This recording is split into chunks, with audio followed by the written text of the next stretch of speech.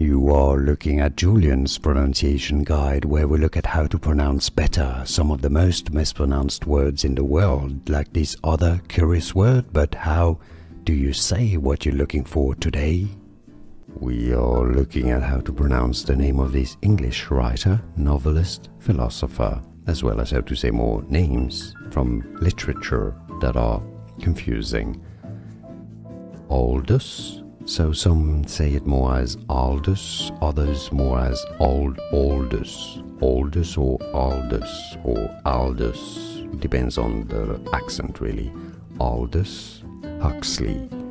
Aldous Huxley. And now you know. More videos where you're here to learn more correct pronunciations. I'll see you there. Thanks for watching. Here are more videos on how to pronounce more confusing words and names too many mispronounced. Like this video if you found it useful. I appreciate your support. I'll see you soon and thanks for watching.